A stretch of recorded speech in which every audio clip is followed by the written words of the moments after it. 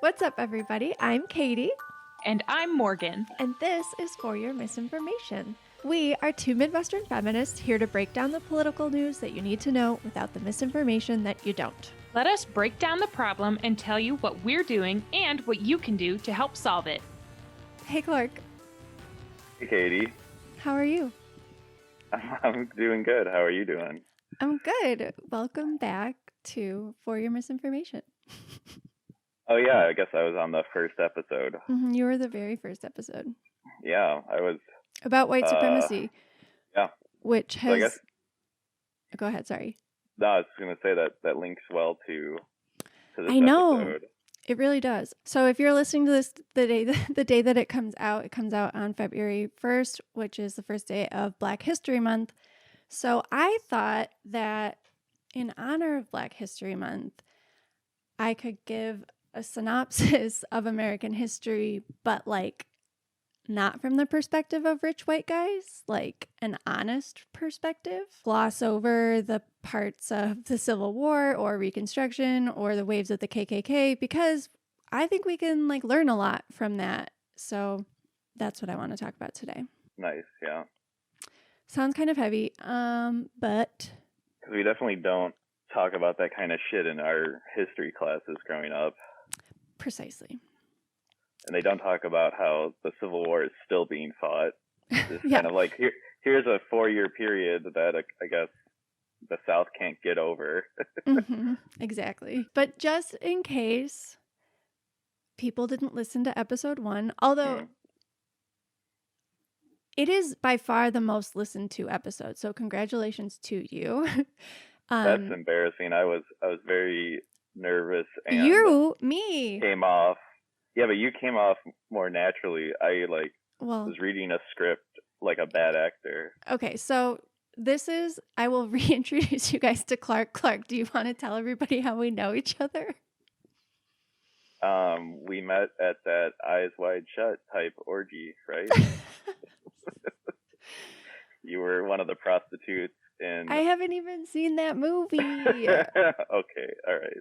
We met in high school, our sophomore year gym class. You at one point showed me that song about shoes. Oh my God. Oh no, that's what you remember about me? Yeah. Great. I think you also showed me that emo kid song. No. I don't know that. I'm an emo kid, not conforming as can be. You can be Never not conforming too if you dress just like me. It must was have been your other high school girlfriends. You want to talk about those instead? All right. Well, you brought it up. Oh my God. I mean, Ben, you have to take that out. No, that's funny. I don't. I mean, it is funny, but like, what if one of them hears it and like, just no, I can't do it. You said be funny. I know, but like, that's too embarrassing for me. It's like, really? I think that's the sweet spot, the vulnerability It is. It would be relatable, but what if Angela or Christy heard it? I would die. I'd rather die than them be like, oh my God, Katie still is like weirdly. I think they would just think it was funny. All right. Okay, fine. I'll be honest. We're not all in high school anymore. Your call. Your podcast. Okay, it's funny, you're right. Leave it in. Oh, maybe something we could address. How did you get such a good name for your podcast? Where did that come from? Right. So Clark and I met in high school. Fast forward, right. Now we're getting married. There's a big chunk in there where we weren't dating, though. Oh, yeah. Mostly not. I mean, we didn't, yeah. I was talking to my therapist about it today, and I had to explain, like, no, we haven't been dating since high school. I don't want you to think that. Yeah, I made a joke on Twitter about it that how was your first alarmed a lot of people. Like, I thought it was such an obvious joke, like, because you were my first kiss. Yeah. So I made a joke about that, but like, I don't know. But like, a bunch of your friends texted you and you were like, what is Katie talking about? Like, well, yeah, they thought we were like, a repressed Christian couple. Yeah, I think they thought we were like in an open relationship. Oh, no, I think they thought you just like hadn't kissed anyone before at the age of... right. That's right, of course. Right, at the age of 29. And they just thought I was a fucking nerd. Yeah. Oh, yeah, well, and that we were getting married because... Oh, that you were marrying like a weirdo. Yeah. Oh, I guess I didn't really put that together. Yes. So you're... To your friends, I had a crush on you in high school. You were my first kiss. Or no, I guess not. And then we didn't talk for 10 to 12 years. But then that whole time I was like secretly holding out just in case you might DM me on Instagram at Kyle Butler's bachelor party. Yeah. Wow, your friends think I'm really lame. Well, do they have evidence to refute that? I can be fun. No, I know. I'm just kidding. It's happened before. Yeah, a few times. Yeah. Okay, so I'm going to tell you about the history of America, but the real one, okay? Are you ready? Yeah. Okay. So hopefully everybody has realized at this point that the version of American history that we learned in school is heavily biased. It doesn't mention the Illuminati at all. Yeah. I mean, there's no mentions of Q in it either. Right. So. Yeah. All right. We don't believe in the Illuminati. Actually, okay, that's funny that you mentioned that, because actually, like, we're all about noticing patterns, right? So, while I was writing this episode, I was trying to notice patterns. But, like, one of the patterns is there's a lot of conspiracy theories, actually. Like, I mean, white supremacy itself, like, is a conspiracy theory. But then, like, why'd you make that face? Well, does it fall under... I guess a conspiracy theory doesn't have evidence to support it, right? Where white supremacy... There is no evidence to support that white people are better. Oh, That's right. what white supremacy is. Oh, okay. So, like, I know that it has real effects in the world. Yeah. I hope you also know that I know that. But, like, that belief itself, like, they're basing this hate on a lie, on a conspiracy. Sure. Okay. Which is, like, I don't know, it's been how I've been thinking about it for a little while, but, like, they weaponize fear, turn it into conspiracy theories. So, like, well, we'll get to it, I guess. But, so yeah, so everything that we learned in school, sorry, go ahead, what? I was going to say, maybe I could do my episode on conspiracy theories soon. Oh, yeah. Because I have a lot of ideas about why they exist. Isn't it just like a fear of a chaotic universe? I think kind of, yeah. But and that, like that in-groups and out-groups? Yeah. That can be like a little teaser for my episode. Yeah, Clark is almost done getting his master's degree in social work, and for the rest of his life will be giving me free therapy. What was the word you taught me yesterday? We'll catastrophizing. Yeah. Which it's a trap that a lot of people will fall into. Yeah, I wish you hadn't taught me that, because now I'm like, oh, I do that all the time. No, I'm just kidding. It's helpful. So Thank you. You're not looking for therapeutic advice. Gotcha. I want you to tell me, and I'm not going to implement any of it. Thanks. You want to know it just so you know that you're not doing it. Oh my God. Sorry, this is already 12 minutes long. No, all right, we got to start talking about it. Sorry. So everything that we've learned has been from the perspective of rich white men, and we need some larger context. So we're in this cycle. America is in this cycle, and we will be in this cycle until we like acknowledge it and reckon with it, where when a minority group gains some civil rights, there is always a predictable backlash from white people. It happens reliably. It's like a white fragility reflex. But once you know that that's going to happen, you can kind of work to I don't know. That. Yes, and like at least like empower people with like information. So right now we are in a backlash. Like Donald Trump was a backlash against Barack Obama, our first black president. Here is this is like a more accurate depiction of America starting in like 1619 and then talking about like the ebbs and flow of civil rights advancements and then like what the white backlash looked like.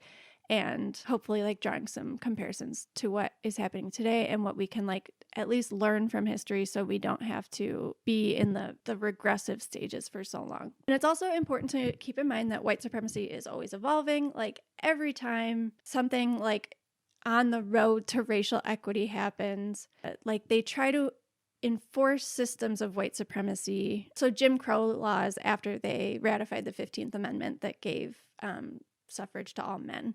And then, like today, it looks like Georgia is already trying to enact stricter voter ID laws, which would require you almost to have a printer at home because you have to send in a copy of your ID, one when you like apply to vote or something, and then again when you're voting. That's ridiculous. Who even owns a printer anymore? Exactly. Is Stacey Abrams on that? I'm sure she is. I mean, so it's just, but it's even like Georgia level state Republicans who are like, they're saying the quiet part out loud. They're like, we got to get some more laws on the books so we can at least have a chance next election. And it's like, holy shit, that is not what democracy is. Can you hear yourself? Like, it's crazy. So like those laws are in direct response to Georgia going blue. So hopefully they don't get enacted, but like they're already talking about it. But like we're on to you. Like so right. Hopefully we can avoid it. I guess that's one thing you can say about Trump is that he like now like you said all the quiet parts are out loud. Like there's no more like dog pussyfooting around. Yeah. Right. That's like, a better this word is what for you it. guys are all about. Like yeah. Adam Kinzinger, like one of the brave Republicans, like he votes with Trump 90% of the time. They're the same. Adam Kinzinger is just like a slightly more principled, but like the outcomes of his policies are just as bad for women, black and brown people, like disabled people, yeah, no one wins but straight white men. And that's because they wrote the Constitution and they wrote it for them. I guess we trusted them to act on our own best in my behalf. And they were like, no. Nah, forget it. So 1619, the first enslaved Africans were stolen from their homes in Africa and subjected to horrible, horrible human rights abuses. They built our country. So let's start there. Okay, skip ahead to the Revolutionary War. America is like, we don't want a monarch. Like, we're taxation without representation, which is what's happening in DC right now. They're like, we want to be free. We want to be a democracy. We're supposed to believe that it's a democracy, but it's really a lot more of an oligarchy. And it always was, kind of. Like, it always was rich white guys writing a constitution for rich white guys. But yeah, they wrote the Constitution, and then we have made like marginal improvements to it since then. Like we've like jerry-rigged it to, I guess we can include like black men. Like it's just like, oh my God, can we just give everybody rights? And they're like, no, like fine, we'll let black men vote. Okay, fine, we'll let women vote. Okay, fine. Like it's like, at what point are like they going to understand that like human rights are human rights and like civil rights are not a pie? Like more for you does not mean less for me. So absolutely. Yeah. So it was always meant to be an oligarchy that's just been like masquerading as a democracy. Okay, skip ahead to the Civil War. So that's like 1861 to 1865. The South wanted to secede from the Union over the ability to own slaves. Some people in the South like to pretend that it was over states' rights. States' rights, yeah. Biggest bullshit. Right. So that is revisionist history. Yeah. Like truly after the South lost the revolution or lost the Civil War, it was like an embarrassment basically, and they had to like revise the history so that they didn't look so bad. So they wanted it to be about states' rights and whatever. So, but don't let that's not true. Yeah, I mean their economy was threatened. It was built on slavery, and we wanted to get rid of slavery. Exactly. That's such a good point. Yeah.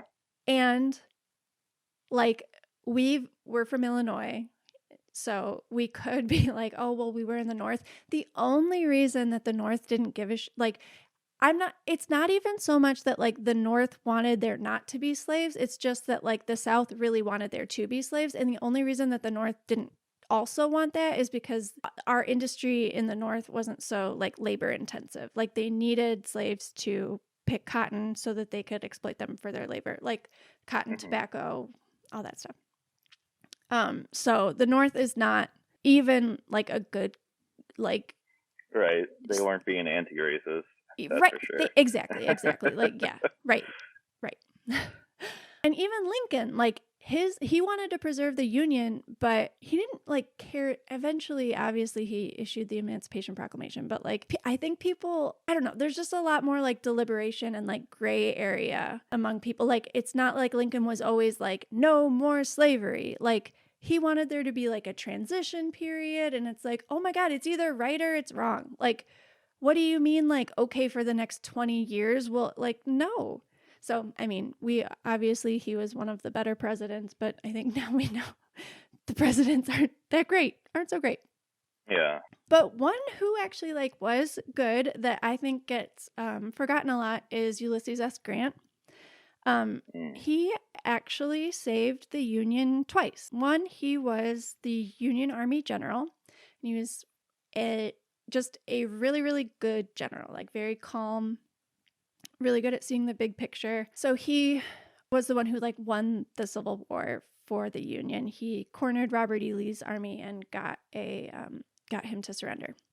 And wasn't there propaganda from the South against him about him being like a raging alcoholic? Yes.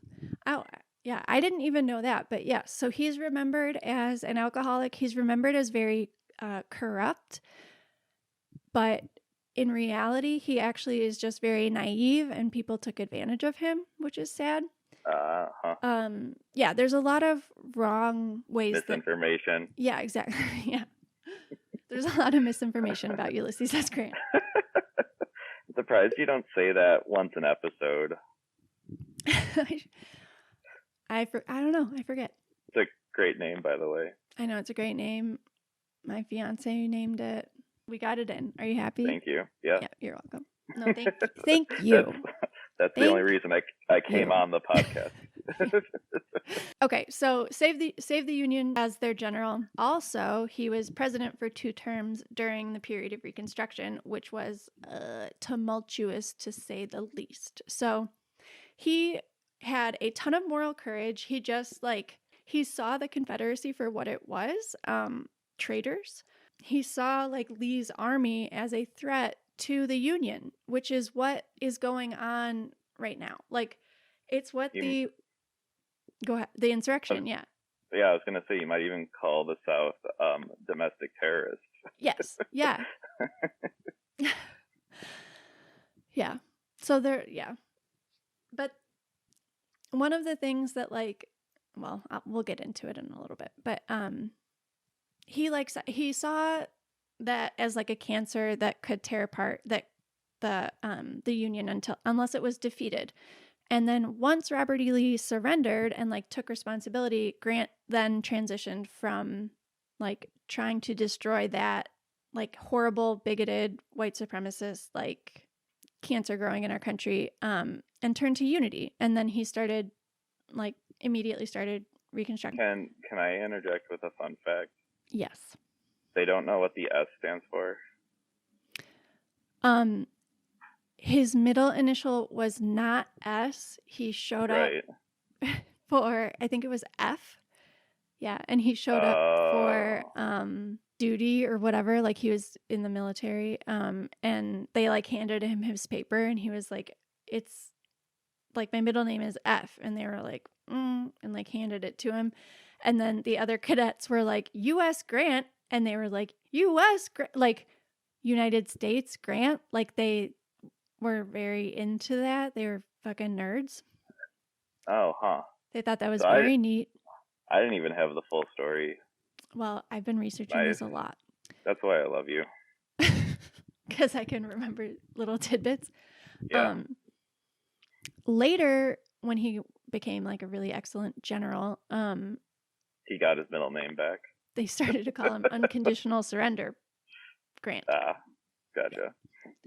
Yeah. Okay, so Reconstruction. All right. Lincoln issues the Emancipation Proclamation. A week later, John Wilkes Booth shoots him in the head. Ulysses S. Grant was actually supposed to be at the theater with him with his wife that night in the same booth. Like, the Lincolns had invited them, and they decided to go home to see their children instead. Lincoln's vice president becomes president. He's not very good at it. I don't even remember his name. Maybe I should, but whatever. Andrew Johnson, maybe? And then Ulysses S. Grant doesn't run for the presidency, but people want him to be president because he's like such a popular force. Like, he ended the war. They really like him. And he doesn't really want it, but he's like, fine, I'll do it. So Lincoln did a lot of hard work, but then like Grant did a ton of the actual like heavy lifting after, because it's obviously very hard to transition from being enslaved to being like a member of society, like a voting, property owning member of society. And like that switch doesn't just like flip like that. So Reconstruction, the aim had like three aims. One was to rebuild infrastructure in the South, because one of the ways that the Union won the Civil War was like tearing apart railroads so that like Fredericksburg or whatever didn't have access to supplies and stuff. So they had to put the South back together. It was to help transition newly freed people into their like new lives, and like keeping in mind that most of them can't read or write, but are like incredibly hardworking and resilient. And then the third one is to restructure legal systems to protect newly freed people. So that's like the 13th, 14th, 15th Amendment. So the 13th Amendment abolishes slavery except for criminals. So like we talked about, white supremacy is always evolving. Slavery has basically transitioned to the prison industrial complex because it's just largely black and brown men who, like, the laws are applied unequally to, taken from their communities to do free labor in prison, which is why... Didn't Biden just say no more profiting from prisons? No more what? Profiting from prisons. Yeah, he did, which is very good. Yeah, it's actually one of the best things about... I'm getting ahead of myself, sorry. But yes, and that's very good. And Biden, I see Biden and Grant as close enough characters. Like, yeah. I mean, like, I was very heartened that Biden called out white supremacy in the inaugural address. You know, like, he's named it, and that's a really important part. I mean, like, part of we're in a wave right now of hate because there have been 4 years of like the president being a white supremacist. So everybody's super emboldened. Like, I just keep thinking about the videos of those domestic terrorists trying to get like their flights home, and they're like on the no-fly list, and they're like, what? I got to get back to Duluth or whatever. And it's like, so they don't even think they're doing anything wrong. My favorite videos are watching people go through an existential crisis. I love them trying to reckon with this like new identity that they're being forced with, that they just don't see themselves as.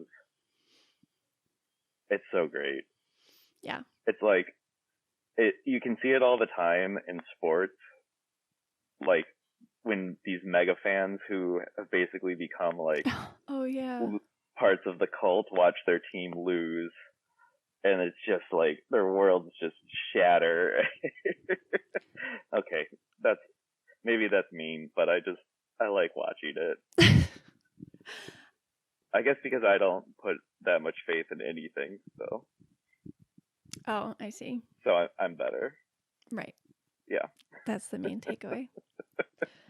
The 14th Amendment gave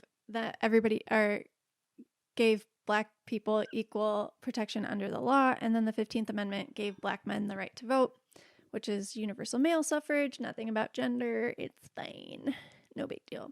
And then Black men start voting in record numbers, and thanks to like a super progressive agenda, life for everybody in America starts getting better. Like they have guaranteed free public school for everybody. They make it easier to vote. They make it easier to acquire land. Like things are just, there's a lot of progress being made, and like there's a lot of optimism. Like people in America feel like it's actually starting to live up to its ideals of equality for everybody, or at least like getting closer to that. Sorry, how many years out from the end of the Civil War are we now? Like not. Oh, okay. Gotcha.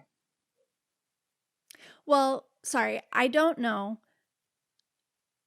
but that is what causes the first wave of the KKK, which starts in 1866.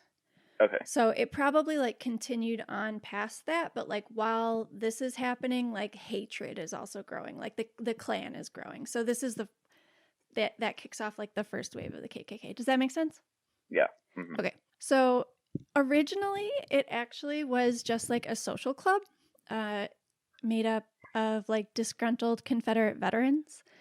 They were like secret societies were just becoming really popular. So it wasn't even like necessarily a racist group at first. They just like to be a part of something.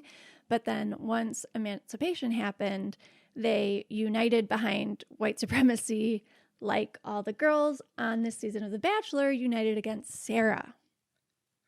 Not a joke you're going to understand, but hopefully one or two listeners will.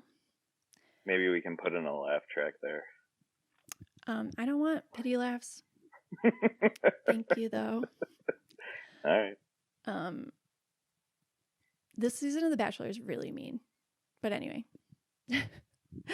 All right. So the KKK is spreading like fast at this point, because you can't just go from having enslaved people being property to being able to hold office. And like, of course, white people are going to feel threatened by this. And the KKK like happily murders people to intimidate them and keep them from voting. And not just Black Americans, like any white politician who supports civil rights, like is being threatened. And, you know, that feeling of optimism starts to like fade away. So they always lead their group through fear. Their MO is to weaponize a conspiracy theory about some group of others. So in the first wave of the KKK, the conspiracy theory that they're weaponizing is that enslaved people or formerly enslaved people want revenge. Not a thing that ever happened. So there were a couple slave revolts before emancipation, which is different than freed people wanting revenge. Like I said, that's a conspiracy theory. Like that's not a thing. Like white people told themselves a lie that formerly enslaved people wanted revenge. They just want to like live their fucking lives. And they use that conspiracy theory to oppress them and murder, like lynch mobs, like just horrible, horrible stuff. Like that's another conspiracy theory, right? There's so many. Right. All people who are losing control and trying to gain it back. Exactly. Through lies, yeah. Yeah. So, and the second wave of the KKK, which we haven't gotten to yet, but like that one was influenced a lot by waves of immigrants that were coming to the United States in like the 1920s. And so they weaponized the conspiracy theory that like they're going to take your jobs. Like again, that not classic, borne out. Yeah. That classic excuse. They make our country better. They're they're more productive than Americans, like on average. Like, we want them here. We're better because of them. Yeah, and like, even from not just an economic point, they're not like, it's not easy to come here. Right. These are humans who need help. They're coming here because it's not great wherever they are. And it might not be great where they are because we did something shitty. Yeah. So great point. Yeah. let them in. Yeah, I mean, yeah, we should embrace them. It shouldn't be so exclusive. Right. Land of the free, unless you're from somewhere else. Yeah, that doesn't like roll off the tongue. It's not going to catch on. No. So at this point, like, eventually they get to a point where, like, in the South, there are just openly racist people in government, law enforcement, everywhere. And the federal government decides that they can't trust the Southern states to enforce the laws about emancipation. And, like, this is the part where it's like, dang, I don't know if I could, like, see Joe Biden doing this or, like, what the response would be. But Grant declares martial law and sends like federal troops to the southern states that are refusing to do anything about these like massacres and lynchings. And between Grant and his attorney general, they use like everything at their disposal to shut down the KKK. And so that's what you need a strong leader who has like moral conviction and is like willing to address the enemy. Because like before him, Andrew Johnson was just kind of like, like whatever, like we've done enough, like they're free, whatever. So Grant actually like spent time concentrating on Reconstruction and making America better for everybody. So at one point, Grant does kind of lose his conviction, and Frederick Douglass reminds him that Black Americans are literally being murdered and that racists don't respond to facts, just displays of power. So that's another important thing to remember. And Grant himself like lobbied Congress for the KKK Act, which is what allowed federal troops to intervene. Like Grant thought it was so important that he went to Congress and was like, you should pass this because like, look at what's happening in the South. Like they need our help, and we can't trust anybody in the South to get it done, which is horrifying. But he saw the Klan for what they were. Like, he was at war against the Klan. Klan members are arrested in huge numbers, no matter who they are. This crackdown, like, beats back the first wave of the Klan. And it's in large part thanks to Ulysses S. Grant. Nice. Way to go, Ulysses. I know, he's dope. He's like the actual American dream. Like, he came from nothing.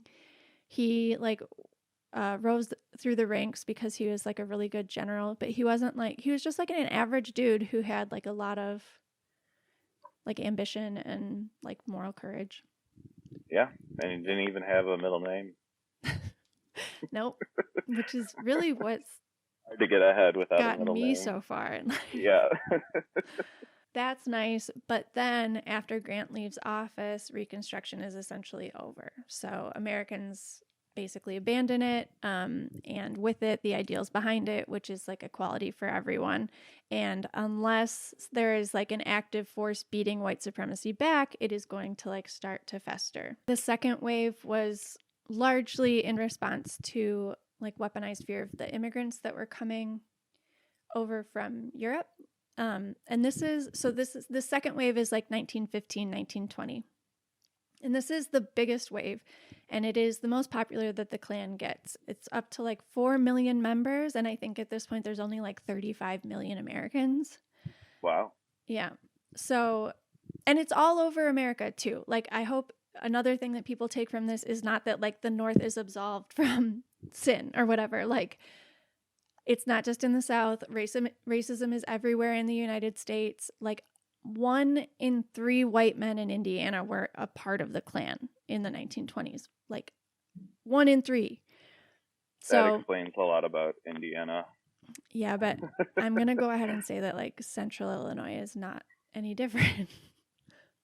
So I think we should probably be careful and not talk so much shit. Hey, I'm from Chicago. Anything south of the south suburbs is the South. South of I-80? Yeah.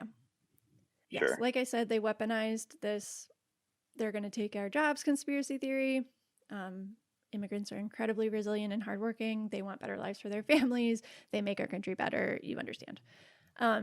Annoyingly, another thing that had a huge impact on this wave was Birth of a Nation, that D.W. Griffith movie. It's so stupid. It's so stupid. So, have you seen it? No, I just think it's so annoying that like art inspired life, like that if this movie hadn't come out, like this wave of the Klan wouldn't have been as popular. Like, I was just wondering what happens in it. I've heard of the movie, but I don't actually know like I don't know what the plot is. Of it. I don't know what the plot is, but it's basically propaganda. It depicts the KKK as like noble Christian warriors, which is, I'm going to go ahead and say, not what they are. Yeah, I agree. Be a little bit controversial. I'm going to say that the KKK is not noble Christian warriors. Cancel me if you want. And like, this is where the burning crosses come from, where the pointy white hoods come from. Like, it's from a fucking movie. Like, imagine if... So they did not have that as part of their like ritual or whatever until this movie made it up. Because they wanted to like dramatize it. And yeah, so that was never a thing before that movie. Did you know that? What? Did you know that similarly, The Godfather was like not a name that Italian mobs used until The Godfather came out? I didn't know that. Is that true? Yeah, why would I make that up? For fun? To trick me? Gotcha! You're so stupid. Fell for my Godfather trick. Yeah, all right. You're right. My goal is just to bring us on tangents, I think. Well, it's working because it's been 45 minutes and we're only like halfway through. Oh, no. Yeah. Oh, but what I was going to say is like... Love you. Love you. What? What? I just thought that was a funny interjection. Oh, okay. Love you. Love you. Like, imagine if Star Wars came out and then like people started running for office as Sith Lords. Like, that's basically what this is. Like, a movie came out and then people were like, oh yeah, that's cool. Being a white supremacist is cool. I'm going to run for office on the like, they were getting organized. Like, it was a big enough wave that they were organizing and like exerting political power, getting people into office. People were running as like proud Klan members and winning, especially at the local level where they can like really fuck some stuff up. And that's what, like, this wave looks the most like the wave we're in right now. Or I guess I should say the wave we're in right now most closely resembles the second wave, where like there are open white supremacists in office. Like Marjorie Taylor Greene is a conspiracy theorist. Lauren Boebert is a conspiracy theorist. They're in Congress. But then like on the local level where it really matters too, that guy in Orland, Keith Pekow, like he's bad news. Like, like really bad news.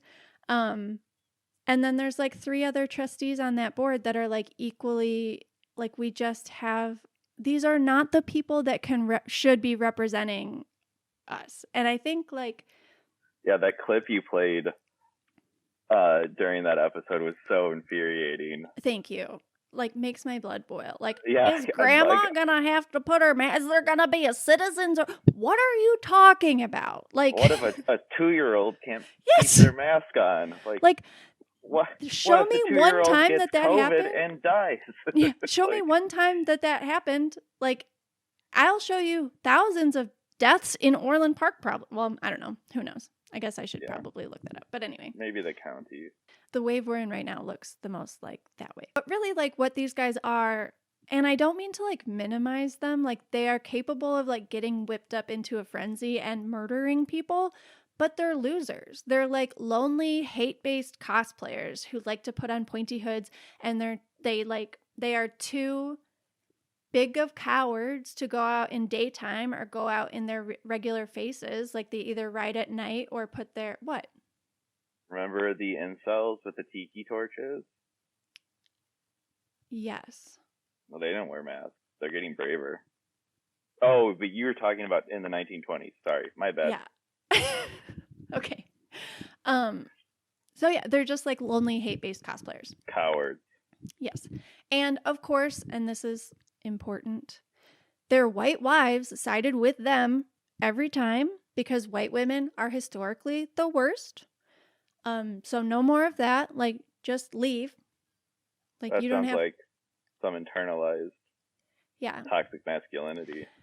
And just like they see that their proximity to the like benefits of the patriarchy like is just outweighs. It's gross, but yeah. So no more complicity, white ladies. No more of that. But yeah, another good takeaway from this wave is that like the KKK thrives on anonymity. Like one really effective way to shut down members or shut down chapters was to get like to infiltrate the group, get a membership list, and then publish it. And then they like scattered like roaches because they know that like that's not a popular position to hold. Like they know that that's like unacceptable. So that that chapter disbands. So that's actually like a really effective way of.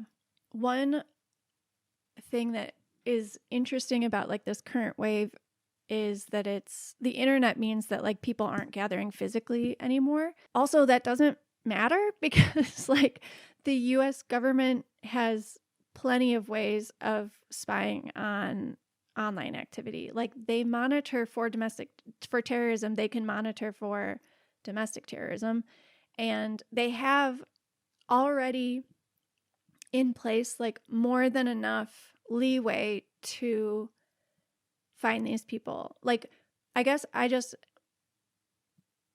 I hope no more like anti-privacy laws get passed under the guise of saying like, oh, we have to find these domestic terrorists. Like, no, the FBI and CIA and NSA and whatever, like we know thanks to Edward Snowden, like they can see whatever they want. Like they already have enough freedoms. We don't have to give them any more leeway. So like important to strike that balance, I guess is all I'm saying.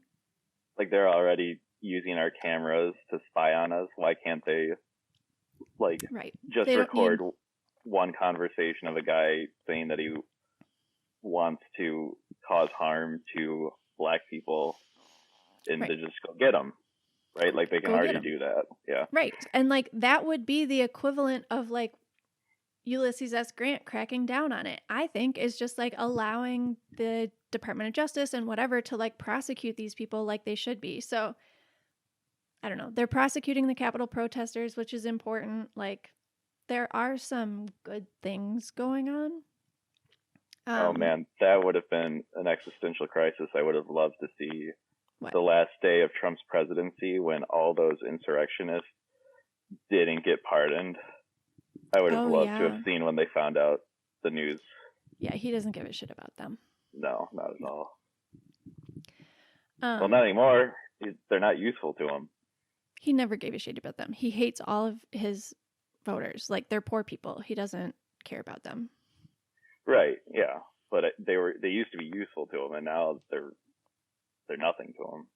Yeah.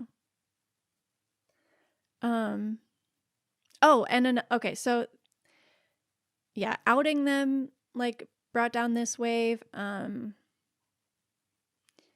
The federal government really started to crack down and start enforcing laws. And also the IRS, for some reason, the KKK was tax exempt at some point. So during this wave, the IRS made them no longer tax exempt and then made them pay back taxes. So they like went into bankruptcy and like they used whatever tactics they had to beat back the Klan.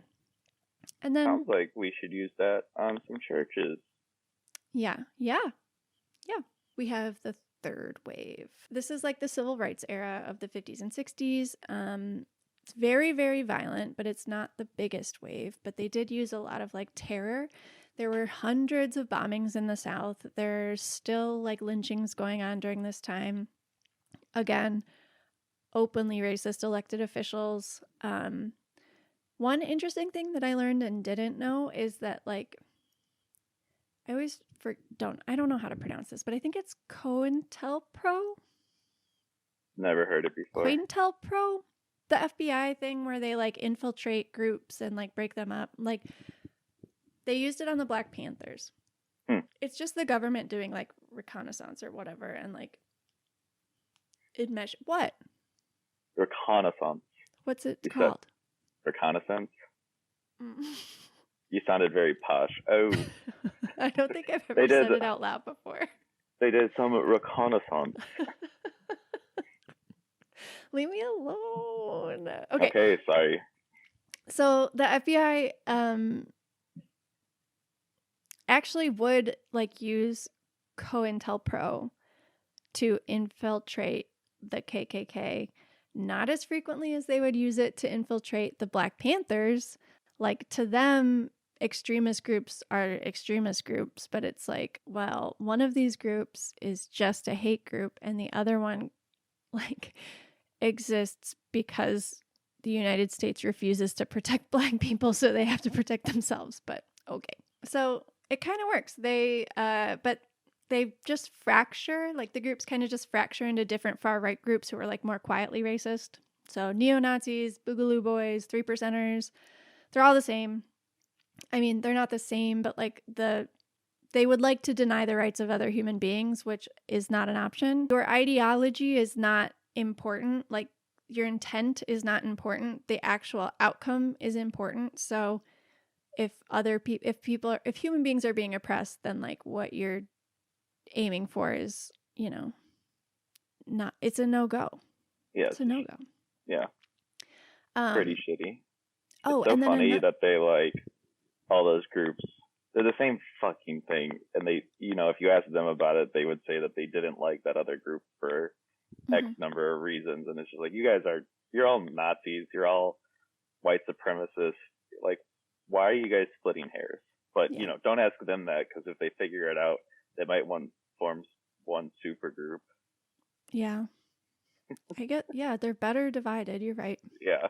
Yeah. And then another thing that's actually pretty good at breaking up local clan groups is counter protesters. Just like, hate is learned and it's always evolving. So like, anti-racists can show up in like larger numbers than the white supremacists, and like they just go away. Like, they understand that that's like not an option. So Biden is off to a good start. Like, to be honest, he called out white supremacy during his inaugural address. One problem that like does make me kind of nervous is how far behind like tech is, because this is all happening. Like, misinformation spreads so quickly online, and there should be like a little like theme music every time you say misinformation. Love you. I'll work on it. Okay. Love you too. It's been an hour. That's not important. You knew this would happen coming into this. How? I told you we were going to make 2 jokes. But this is just how I have conversations, and you know that.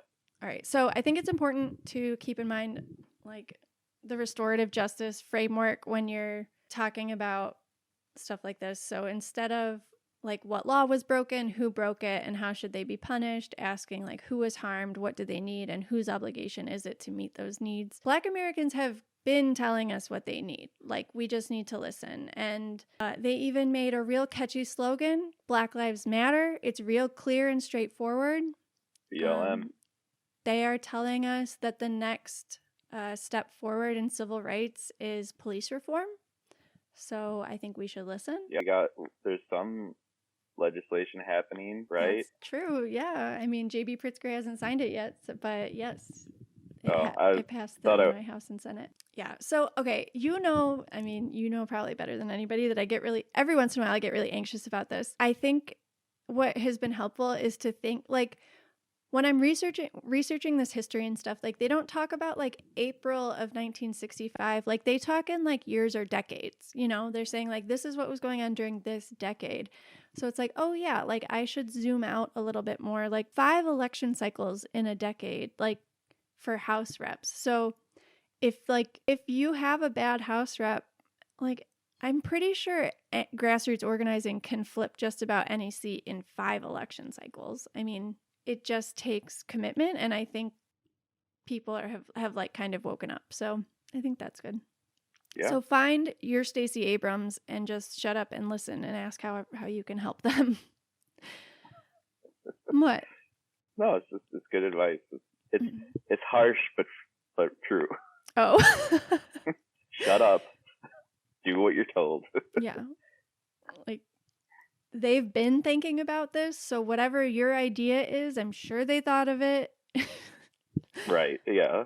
But yeah. So I don't know. I guess I just feel like it makes me mad, like how different that history is than like what I feel like I actually learned. Like it was just like totally glossed over.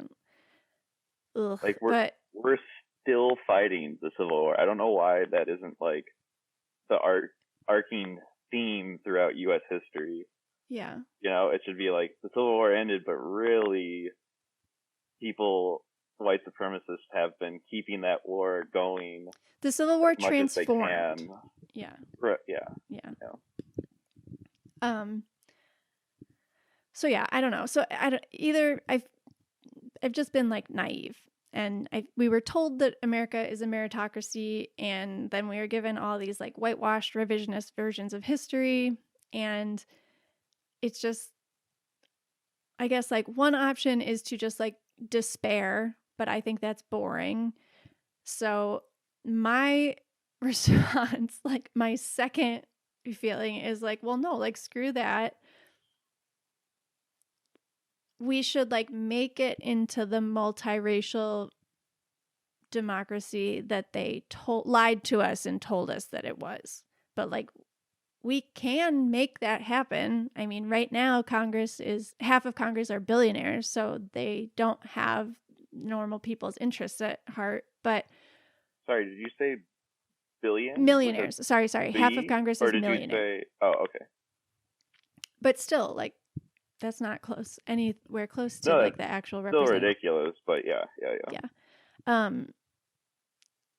So like the solution is to elect more women, like elect more working class people. Elect more Katie McHugh. I don't want to run for anything at all. I don't want people to be mean to me. Yeah, I guess you're not great with criticism. No. Well, I'm a McCutie. What? I said I'm a McCutie. You're the only person who says that. You're the only McCutie. I'll start the fan club after this one. Perfect. So yeah, take down every Confederate statue. They were traitors. You don't put up statues of the bad guys. Enforce all of the laws. It takes strong national leadership. Our government has plenty of leeway to see what our citizens are doing online. So we don't even need new laws to find these white supremacists who have like splintered into these different groups without centralized leadership online. So that's what we need to do. That's like, there's your playbook. I don't know. At least it doesn't seem that complicated. So yes, in honor of Black History Month, I hope that you now have a more accurate picture of what United States history actually looks like so that you can base the rest of your decisions on truth. All right, so if this comes out on February 1st, Trump's impeachment trial won't start for a week, but we know that only 5 Republicans voted that that impeachment was constitutional, I think it was, which is ridiculous. Because if that was the case, then presidents would all just be able to commit whatever crimes they wanted their last like month in office and then be like, too late, got my get out of jail free card. It's not unconstitutional because it's not in the Constitution. The Constitution doesn't prohibit people who have left office from being impeached. The reason, and like it's so important to talk about intent, the reason that Republicans are doing that is because they want Trump's base to vote for them. They know that they can't lose those racists. They need those racists to vote for them in order to get into office. So they're trying to play. So again, all they care about is power. They're not going to like take a stand, which is what we need. You need somebody like Ulysses S. Grant to say, no, this is not okay. They won't do it. So if you have a Republican senator who is not Romney, Murkowski, maybe Sass, and I don't know, there's one more. But so basically what happened, Ron Paul objected to Trump's impeachment, which like we said, there's no reason not to have, like the framers understood that there might be a need to impeach and convict somebody to keep them from holding office ever again. They didn't say that you can't do it after they leave office, which there's plenty of things that they put in the Constitution that they did prohibit, and they didn't prohibit that. If you have a Republican senator who isn't Susan Collins from Maine, Lisa Murkowski from Alaska, Mitt Romney from Utah, Ben Sass from Nebraska, or Patrick Toomey from Pennsylvania, then your senator voted to object to impeachment because they don't want to upset their racist base. They don't want to lose the Trump voters. So this is like a very clear inflection point in America. The Republican Party is breaking in two, and a really disappointing number are going towards Trump. If you haven't yet contacted your senator to tell them that they need to vote to convict Trump, then you should definitely do that. Right now, they're leading, like we need 12 more Republican senators to decide to do that. Otherwise, he can run again in 2024 or 2028. And I don't know how to emphasize how dangerous that is. So I don't know. Mitch McConnell voted that this was unconstitutional, but he also said that like Trump did incite the coup. So I don't really know. I think it's possible, but I don't want to like get my hopes up that 12 Republicans are going to do the right thing. Yeah, because, I mean, they haven't so far, so. And then the only other thing I was going to say is for this episode to support the Southern Poverty Law Center and the ACLU, because they do a lot of great work around civil rights. And that's all. Nice job. I learned a lot. Thank you. That white people are bad. Yeah, I guess my grad school kind of told me that too. For sure. Do you want to do self-care? You have a good one this week, actually. What am I doing? You gave up drinking for a class. Oh, right, yeah. How's that going? It's okay. I'm good at. So I was always good at making myself not drink. It's just when I chose to drink, I drank a lot. Yeah. And so it's not that hard. There are times like last Friday where I did really want to drink, but I found an alternative. Yeah. And I'm not going to forget that you promised that this Friday you would do that again. Clark has been taking requests on Instagram for Beatles songs for him to sing in the musical stylings of Adam Sandler. Mm-hmm. Yep. And he's really good at it. Great self-care. I would recommend everybody just pick a song and sing it in the silliest voice that you can. Do you want to give us an example? That's my clinical advice. And Clark's almost a therapist. No, I don't want to. I do not feel like singing right now. Damn. All right. Maybe next time. Sorry. It's okay.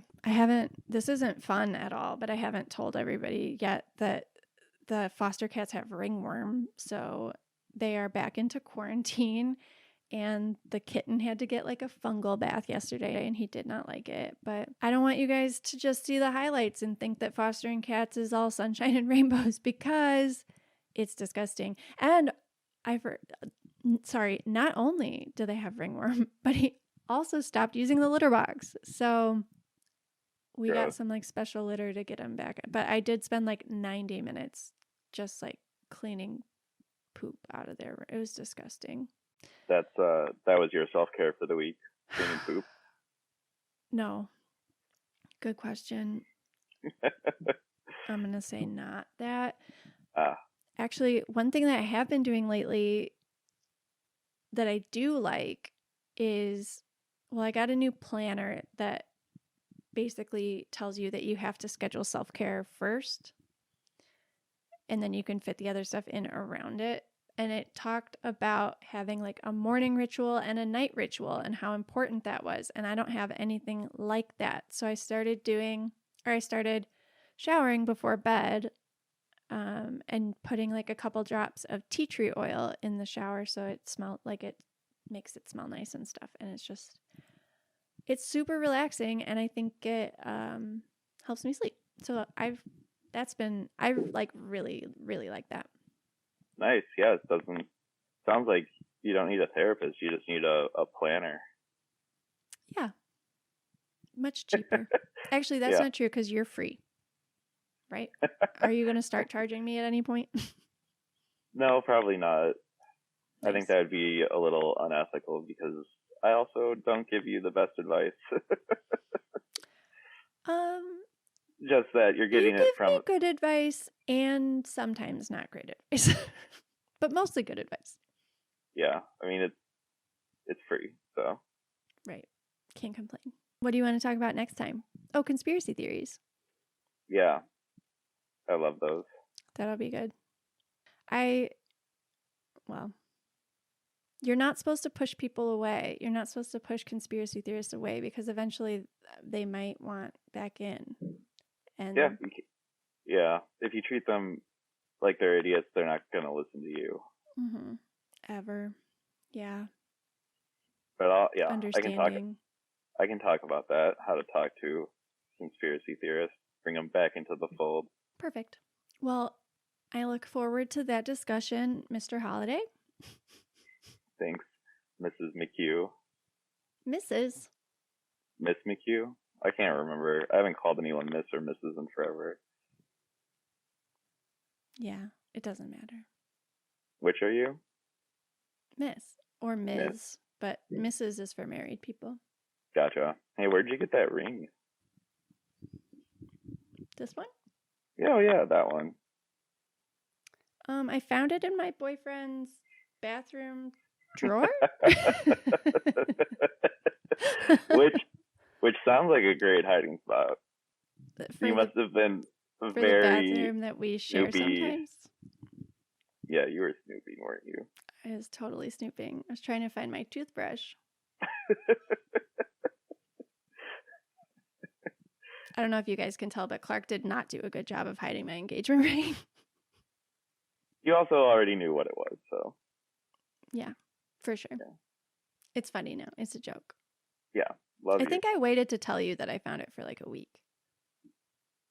No? No? You didn't. Oh. No, you just told me. Okay. Never mind. Love you. Okay. Love you. Okay. I don't know how to end it. Morgan comes up with the endings. Stay cool and keep on chugging. Nope, that's not it. Laugh till your sides hurt and eat what makes you powerful. Are you just doing like autofill? Like, what are you? Yeah. I'm mad living myself. Well, I'll talk to you guys next week. In the meantime, try not to be racist. Oh, that's good. Yeah, in the meantime, drink water and don't be racist. Yeah, stay hydrated. Stay hydrated. Thank you guys so much for listening to For Your Misinformation. If you haven't already, please subscribe to the podcast. And if you like it, give us a rating and a review. It helps us find more listeners, and the more of us there are, the better. And make sure you follow us on Instagram and Twitter at FYMIPod. Shout out to Ben Schlofelt for the audio production, Hope Dye for the podcast art, Kyle Dibdahl for the intro and outro music, and Adam Roston, who edits these videos every week so you can watch them on YouTube. We come out with new episodes every Monday.